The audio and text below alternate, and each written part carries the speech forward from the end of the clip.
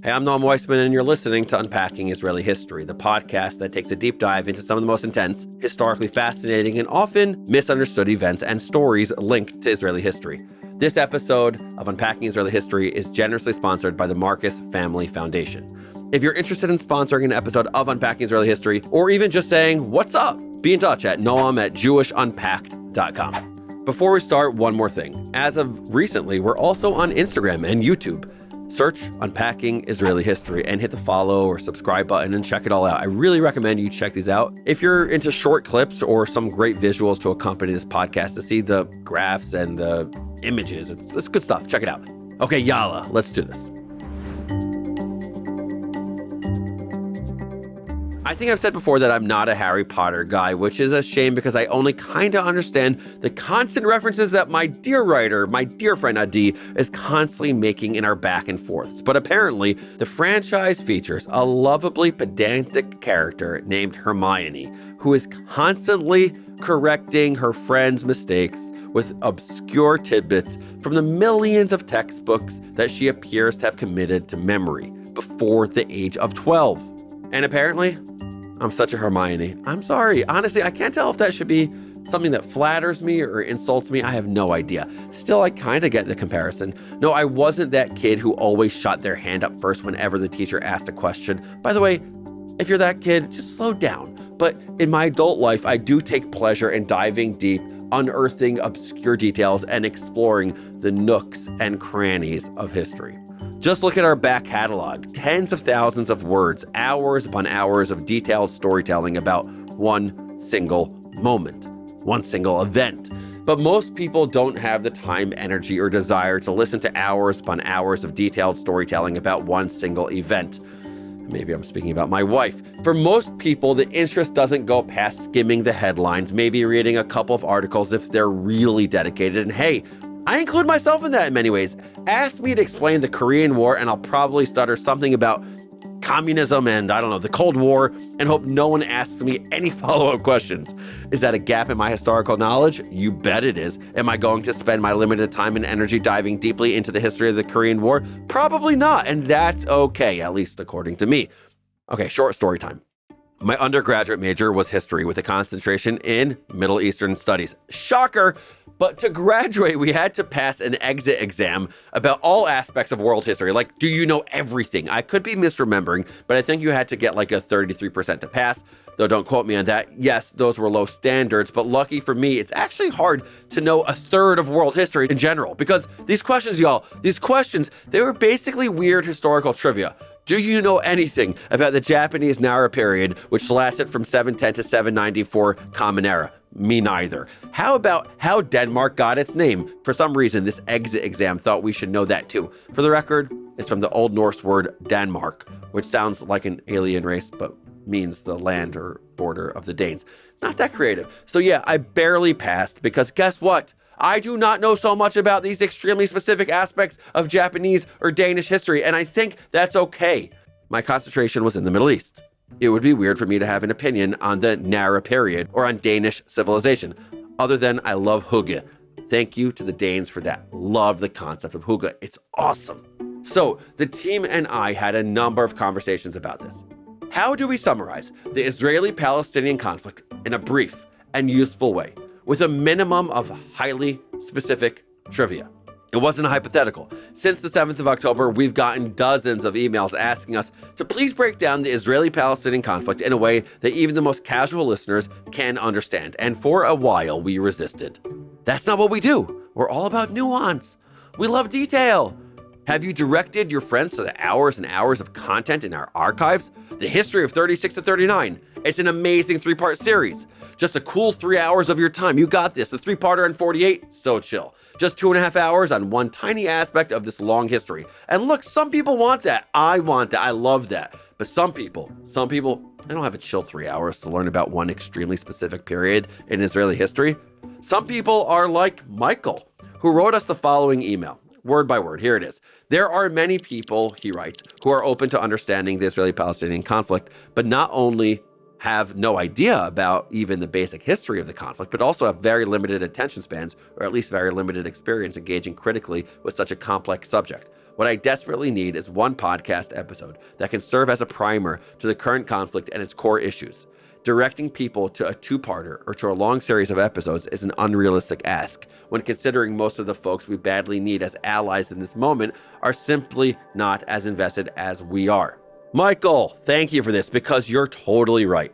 When it comes to faraway geopolitical conflicts, most people are Ron, not Hermione.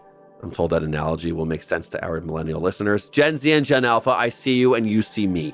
I'm a Ron, apparently about lots of things. The Korean War, yes. The Japanese Nara period, absolutely. Crypto, though if you want to learn more about crypto, just reach out to Jeff Handel, our head of video at Unpacked. Shout out to our Unpacked YouTube channel, it's awesome. And Harry Potter, yeah, I'm a Ron about it. So this one is for the Rons out there. You want a 30-minute overview, no extraneous details, no deep character development, no frills. We will still aim for nuance and transparency and different perspectives because that's what we do. But we're going to keep it as simple as we can. Are we going to miss stuff? Yes, indubitably. And if you email me about how could I possibly have mixed X, Y, and Z, just know you're going to receive a short and quick email from me saying, I agree. Are we going to be 100% objective? No. You know why? Because there's no such thing.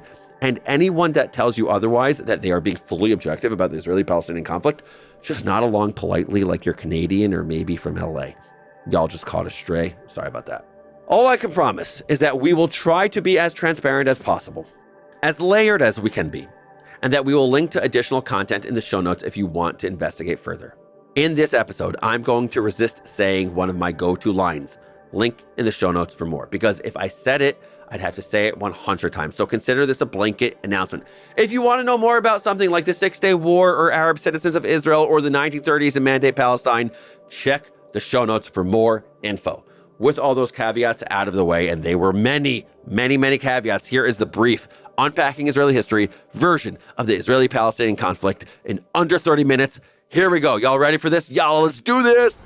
Prologue. Zionism. I know that I said that I was speaking for the Rons among us, and here I am throwing a prologue at you. It's short, I promise, and it's really important. Zionism is a newish word for a very old idea, the deep, profound connection between Jews, Judaism, and the land of Israel. The yearning for Jews to be in the land of Israel. Nerd Corner alert! It was coined by a man named Nathan Birnbaum, who later in his life became salty towards the movement from a super-duper religious perspective, and he did not like that Zionism was broadly anti-religious at the time. But a convo for another time. As a political movement, Zionism owes a lot to all the other European nationalist movements of the late 19th century. The concept that Jews should govern themselves in their ancestral homeland was very, very appealing to a nation that was experiencing a substantial rise in anti-Semitic persecution in almost every single context. Theodor Herzl didn't invent Zionism, not the concept and not the word, but it was his action, his global movement that spurred Jews to begin moving to the region then known as Palestine en masse. And so by the time our story starts in 1917, Zionism as a political and nationalist ideology was already well established. Herzl had died 13 years before, but his movement just kept gaining momentum. I have a lot more to say about Zionism as a concept and as a fundamental part of Judaism, but that gets into overly specific and detailed territory, so we are going to end the prologue there and hop on over to Chapter 1, 1917 to 1948. Our story starts in 1917. The world is still consumed by the Great War, now known as World War I, but Britain's already making plans for what comes next. There's a lot of territory up for grabs, including the stretch of land from the Jordan River to the Mediterranean Sea. And if you're watching this, that image, that graphic is really important. For decades, Jews from around the world have been flocking there, eager to rebuild a Jewish homeland. A number of influential Brits are sympathetic to that cause, some are not, and in November of 1917, the British Foreign Secretary, Lord Arthur Balfour, promises that Britain would support, quote, the establishment in Palestine of a national home for the Jewish people.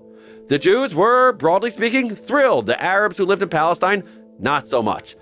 Tensions rose as an increasing number of Jews made their way to Palestine through the 1920s and the 1930s. They legally bought land from Arab landowners, building infrastructure, establishing institutions, and posing a serious economic and demographic threat to Arab society.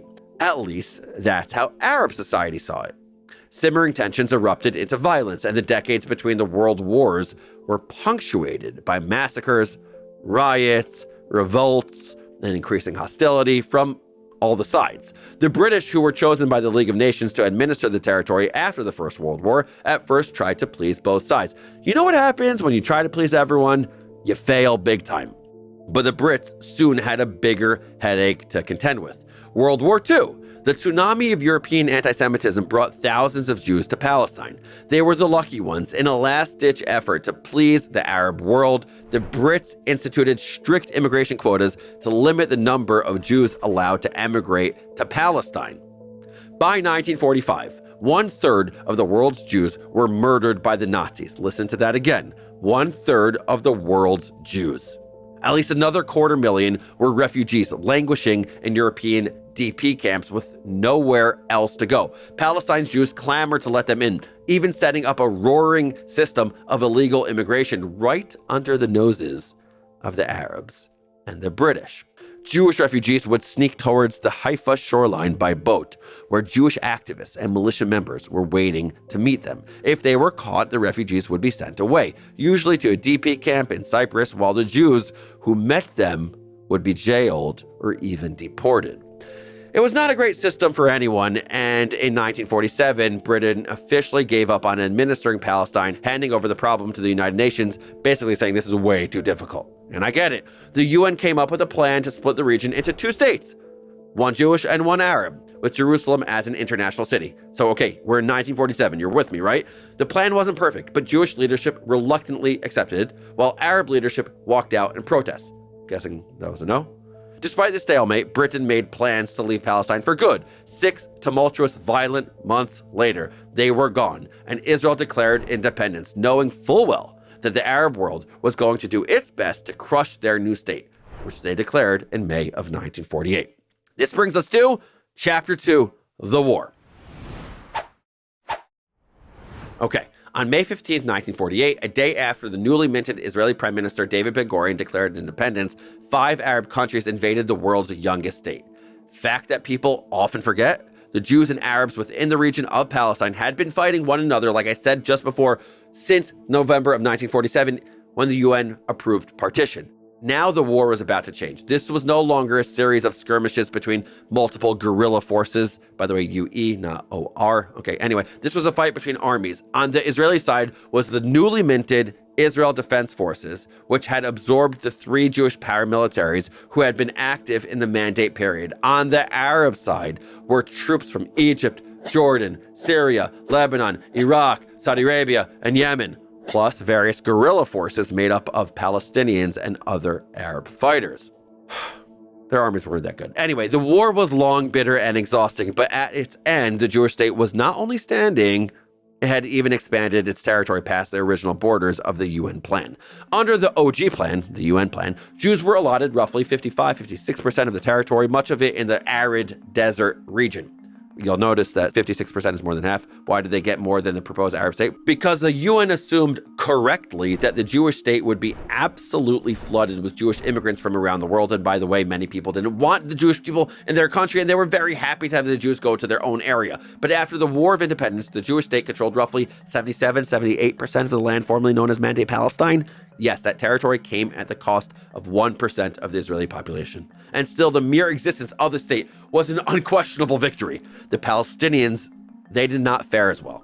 For them, the war was a Nakba. It was a catastrophe. They too lost a significant percentage of their population. But beyond that, over 700,000 people fled or were expelled from their homes, becoming refugees in surrounding countries. There is a lot of controversy and competing claims about this number, and also these terms. Who fled? Who was expelled? Why did they do these things? How many left voluntarily under the explicit instruction of the Arab armies? And how many were quote-unquote ethnically cleansed in order for there to be a demographic majority of Jews in this new state? There is a lot of debate on this. And why are they and their descendants considered by the UN and the rest of the world to be refugees nearly 80 years later? We're going to need to do a whole episode on the birth of the refugee crisis, on the displaced Palestinians, and on the aftermath. But for now, just know that much of the Palestinians' enduring rage and pain and trauma comes from this moment, and that perhaps, unsurprisingly, the Jewish and Palestinian narratives, they tend to diverge on some key points around this issue. Okay, let's move on. For now, know this. More than 700,000 Palestinian Arabs were displaced. many of them shunted into refugee camps in neighboring countries, including Egypt and Jordan. In the fighting, Egypt conquered the Gaza Strip, okay? Important history. While Jordan conquered the West Bank and East Jerusalem, very important history. Both countries held or occupied those territories and the Palestinians who lived in them for the next 19 years in contravention of international law. That's important, remember that. But there was another group of Palestinians who did not end up in refugee camps in Egypt or Jordan or Lebanon. These were the 150,000 or so Palestinian Arabs who stayed inside the border of Israel. Not all of these people considered themselves Palestinians, per se. Some were Druze, others Bedouin. Some fought on the side of the Jewish state. Others fought against the Jews, but were eventually subdued. And many were internally displaced civilians just trying to stay alive. Either way, at the end of the war, those 150,000 Palestinians/Bedouins/Druze/Arab folks became Israeli citizens. The Jewish state had faced trial by fire and was still standing. Now what? Chapter 3, 1949 to 1967. The war didn't officially end with peace agreements. In fact, Israel's neighbors did not recognize the Jewish state. Instead of borders, Israel had armistice lines, okay? i.e., boundaries that demarcated truce areas, different than borders. Through the 50s, a constant stream of Arab infiltrators known as Fedayeen crossed into Israel from neighboring countries, killing hundreds of Israelis. Israel retaliated strongly, hoping their reprisal attacks would deter future infiltrators, with mixed results. Inside Israel, tensions between Jews and Arabs were high, and for the next 18 years, Palestinian citizens of Israel lived under martial law. As the government saw it, they were a potential fifth column that needed to be contained. By the summer of 67, the Jewish state was doing okay. Not great, since the security sitch wasn't awesome. Economically, it wasn't on the brink of collapse or anything, but it also wasn't a rich or even highly developed country. People were focused on survival because the neighbors did pose an existential threat. For months, Egypt and Syria rattled their sabers, broadcasting increasingly ghoulish threats about what they were planning on doing to the Jewish state. Spoiler, eliminating it. That's what they were planning. That's what they said. At this point, the Jewish state was still the scrappy underdog, a Jewish minority in the mostly Muslim Arab Middle East, surrounded by enemies, but that status would not last. It wouldn't last. By June of 67, Egypt had more or less declared war by closing the Straits of Tiran to Israeli ships, and the Israeli Prime Minister gave the IDF the official go-ahead in a shocking surprise attack. Israel decimated the Egyptian Air Force, then went on to quadruple its territory in under a week. And at the end of the war, the Jewish state had routed Egypt from the Sinai Peninsula and the Gaza Strip. It had conquered the West Bank and East Jerusalem from the Jordanians, and it had even wrested the Golan Heights away from the Syrians. It was a shocking victory. It was. Tiny Israel defeats Syria to the north, Jordan to the east, Egypt to the south, and the Mediterranean Sea to the west, and it changed everything. Chapter 4, 67 to 92. You might imagine that the absolute victory of June 1967 would put Israel in a stronger bargaining position with the neighbors. You would be wrong. Egypt and Jordan had both shown up to an Arab League meeting with policies geared towards some kind of compromise. But they were shouted down by the PLO, the Palestine Liberation Organization, Syria, Iraq, and Algeria, rejectionists who called for continuing the armed struggle against the Jewish state. The rejectionists, they won. Israel was the aggressor, they claimed. Israel had started it, not just in 67, but in 48. So the Arab League adopted a resolution that came to be known as the three no's. No recognition of Israel, no negotiations with Israel, no peace with Israel. Don't know why I'm doing this with my fingers, if you can see it. I'm doing that kind of three, which left the Jewish state in a bit of a pickle. They now held the West Bank and Gaza home to over 1 million Palestinians. The Israelis weren't going to give the territory back unilaterally without a security or diplomatic agreement, but the Arab states weren't interested in such an agreement. So Israel hung on to these territories, and the Palestinians who lived there were, shall we say, not thrilled. Millions of Palestinians found themselves under Israeli control, with some unexpected results.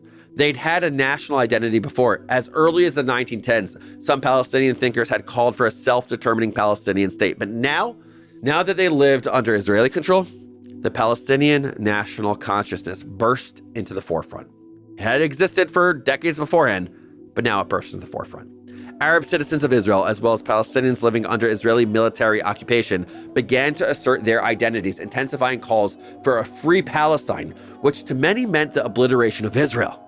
In 1981, Israel officially annexed East Jerusalem for pretty obvious cultural and religious reasons, and the Golan Heights for pretty obvious security and economic reasons.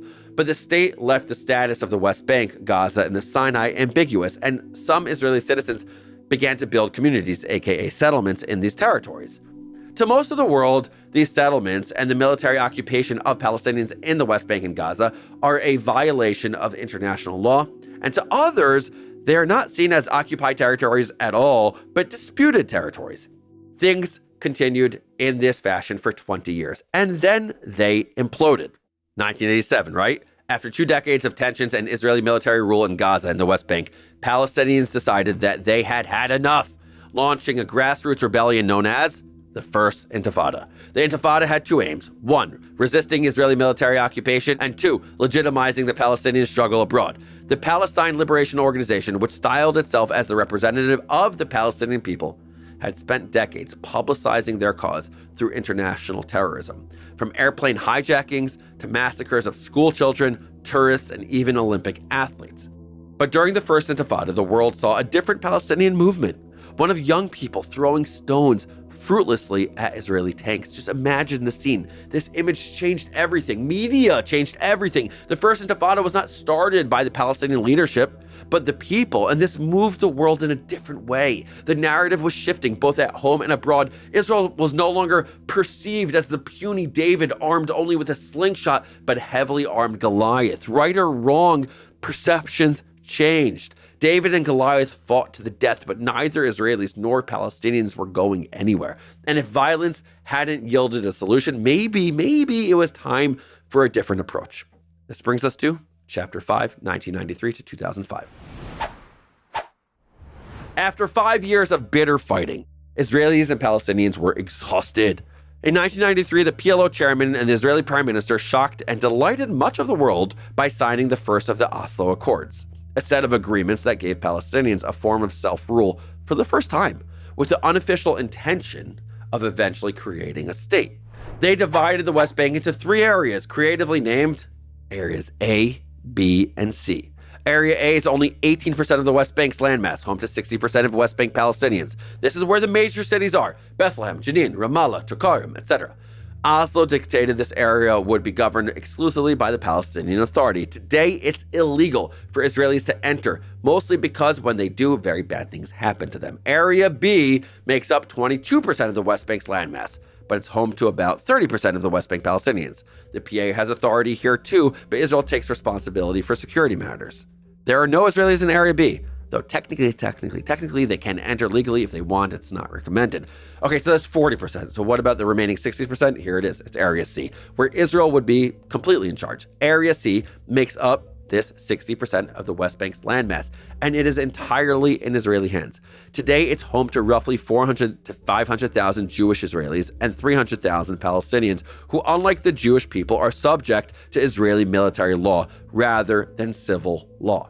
It's important to mention that areas A and B are not contiguous. So even if a Palestinian lives in Area A entirely under Israeli control, he or she may well need to go through checkpoints to get from one Area A city to another. It's complicated, I know, but that was the agreement. That's what they agreed on. Plenty of Israelis and Palestinians alike were deeply unhappy with the accords.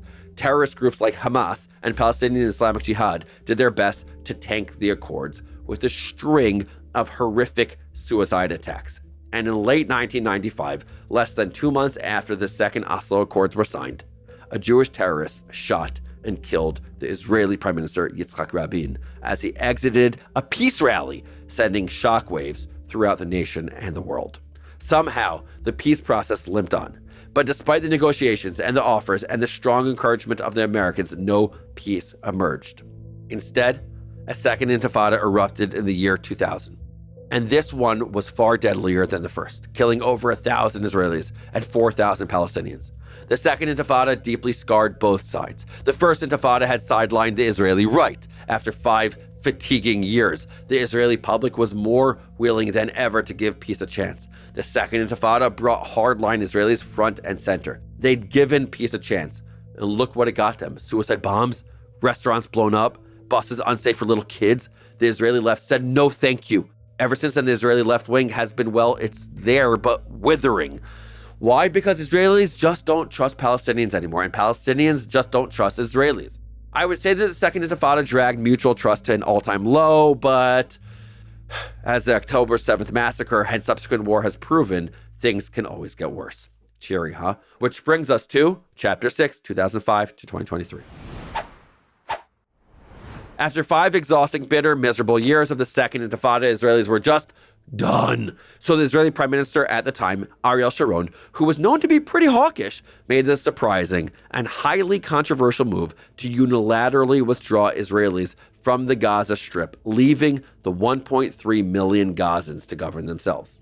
Withdrawal in this case meant 2 things. 1, the 9,000 or so Jewish Israelis who lived in Gaza would be uprooted from their homes. 2, once the Jewish civilians were gone, the IDF would pull out of Gaza completely, leaving Palestinians in the Strip to their own devices for the first time ever. The so-called Gaza disengagement was deeply divisive in Israel, raising fears of potential violence between Jews.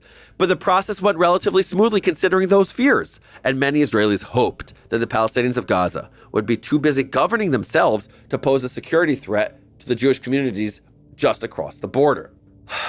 But that's not what happened.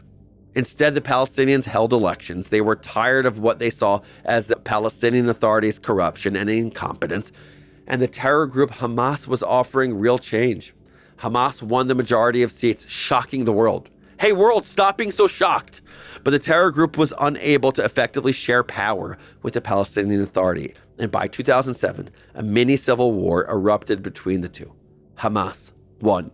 Now, the Palestinians had 2 governments, Hamas in Gaza and the PA in the West Bank, 2 micro-statelets, essentially. Israel and most of the Western world considers Hamas a terrorist organization. Don't take it from me. Here's a quote from their original charter. Israel will exist and will continue to exist until Islam will obliterate it, just as it obliterated others before it. Our struggles against the Jews is very great and very serious. That's just the prologue. But wait, there's more. Article 22. With their money, they took control of the world media, news agencies, the press, publishing houses, broadcasting stations, and others. With their money, they stirred revolutions in various parts of the world with the purpose of achieving their interests and reaping the fruit therein. They were behind the French Revolution, the Communist Revolution, and most of the revolutions we heard and hear about here and there. It goes on like that for 36 exhausting articles.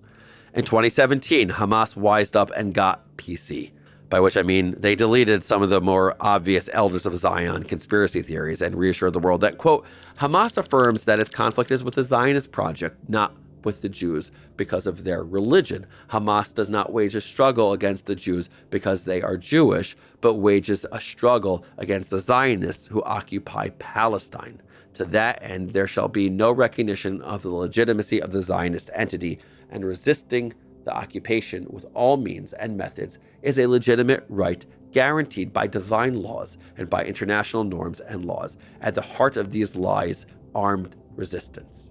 They don't hate Jews, they just hate Zionists.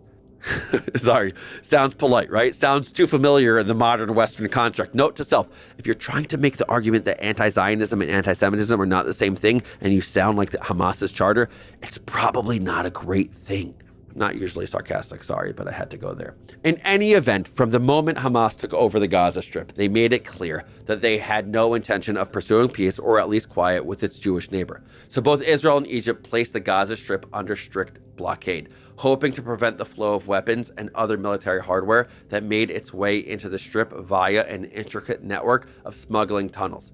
Gaza's economy shriveled terribly under the blockades, which would tighten any time Hamas attacked Israel. And Hamas attacked Israel a lot.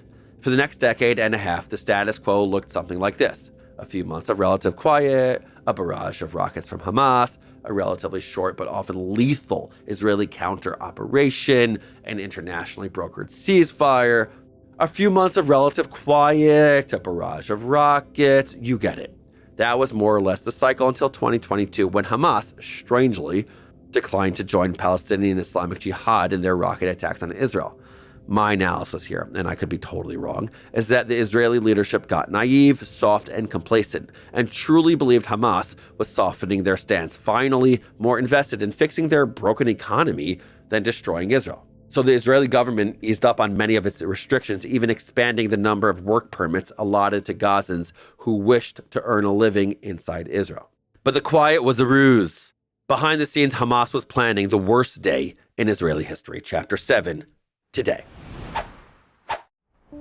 The October 7th massacre caught Israel with its proverbial pants around its proverbial ankles as Hamas infiltrated dozens of Israeli communities, slaughtering 1,200 people and kidnapping 251 more.